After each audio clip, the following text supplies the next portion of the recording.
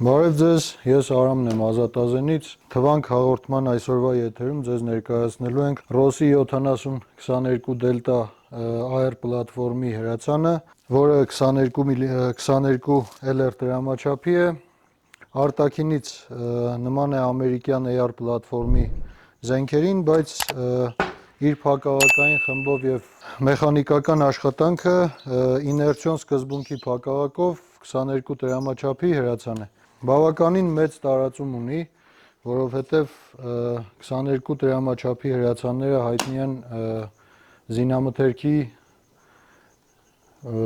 էժան լինելով և ամբողջ աշխարհում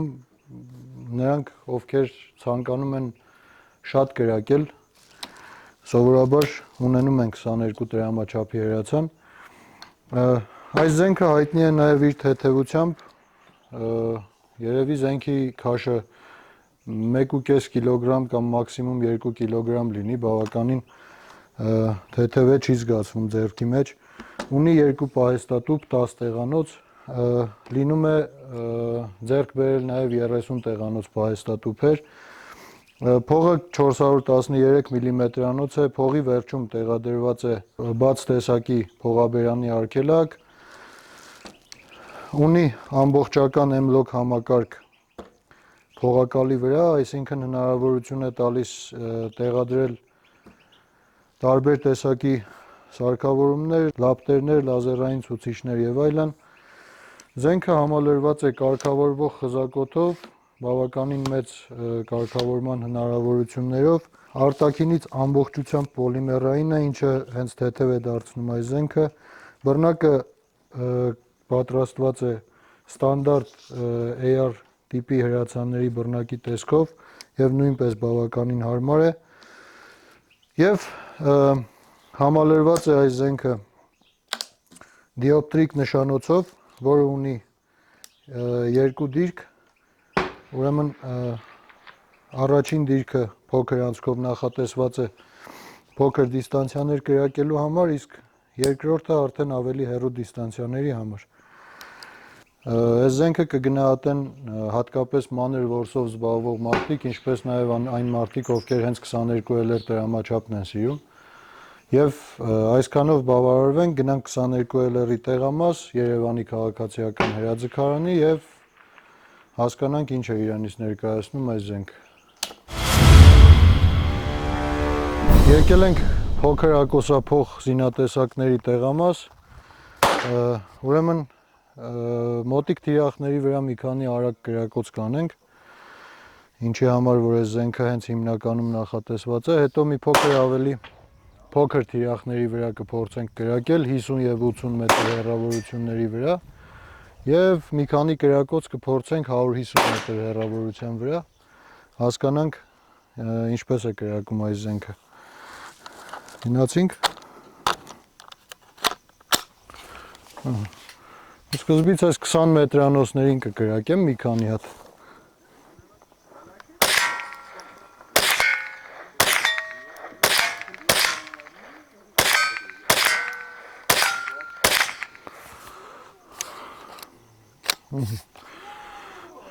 Բավականին լավ է կրակում, ձգանը անսպասելիորեն լավն է, շատ հանգիստ լինում է աշխատել ձգանի հետ, ընդհանրապես այսպես ասած չի խանգարում կրակոց անելուն, եթե վերցնենք այս զենքերի այսպես ասած գնային կատեգորիան մի քիչ անսպասելի է, որ այսքան լավ ձգան կունենա։ Հիմա փորձենք մի քանի կրակոց անել հենց 22 LR-ի փոքր թիրախների վրա, կկրակենք 50 և 80 մետր, դրանից հեռու այս նշանոցով կարծում եմ փոքր թիրախների վրա իմաստ չունի կրակելը, հետո արդեն 150 մետրի մեծ թիրախի վրա մի քանի կրակոց կանենք։ Այս մեկը նստած դիրքից կրակենք, թիրախներն էլ մի քիչ լավ չեն երևում, բայց փորձենք խոցել։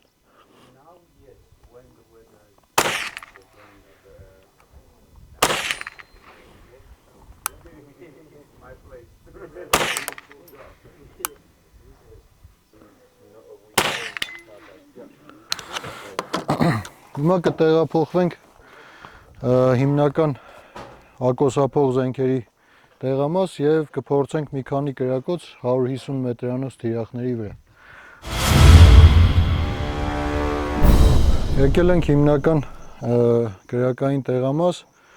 ու փորձենք մի քանի կրակոց անել 150 մետրի թիրախների վրա, բլրի վրայի մանուշակագույն թիրախին կկրակեմ։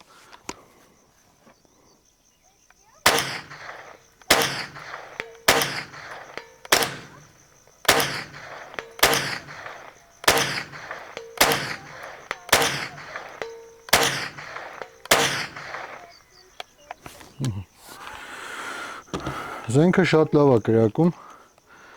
հատկապես հաշվի առնելով, որ 22 LR տրամաչափի զենք է, մի քիչ էլ քամոտ է այսօր, բայց բավականին ստաբիլ խոցումներ է անում 150 մետրի վրա։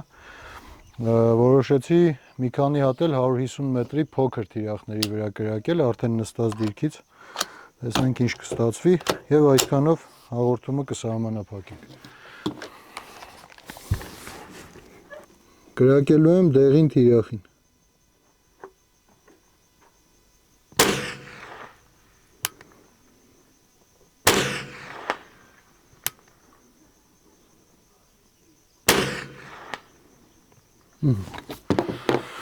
Վերջին 3 փամփուշտներ, մի հատը վրիպեցինք, երկու հատը խոցում էր ու կարծում եմ շատ լավ արդյունք է այս զենքի համար։ Բավականին լավն էր զենքը, իմ սպասածից ավելի լավն էր։ Բոլոր այն մարդկանց, ովքեր նախատեսում են 22 LR տրամաչափի զենք ունենալ ու ինքնալիցքավորվող զենք, խորհուրդ կտամ վերցնել ու բավականին շատ կրակեցինք, ոչ մի անգամ խափանում չտվեց, ես շատ եմ տեսել հատկապես 22 ինքնալիցքավորվող զենքերի մոտ խափանումներ,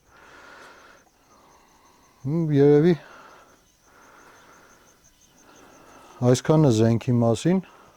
իմ սպասելիքները լրիվ արդարացրեց։ Բաժանորդագրվեք մեր ալիքներին,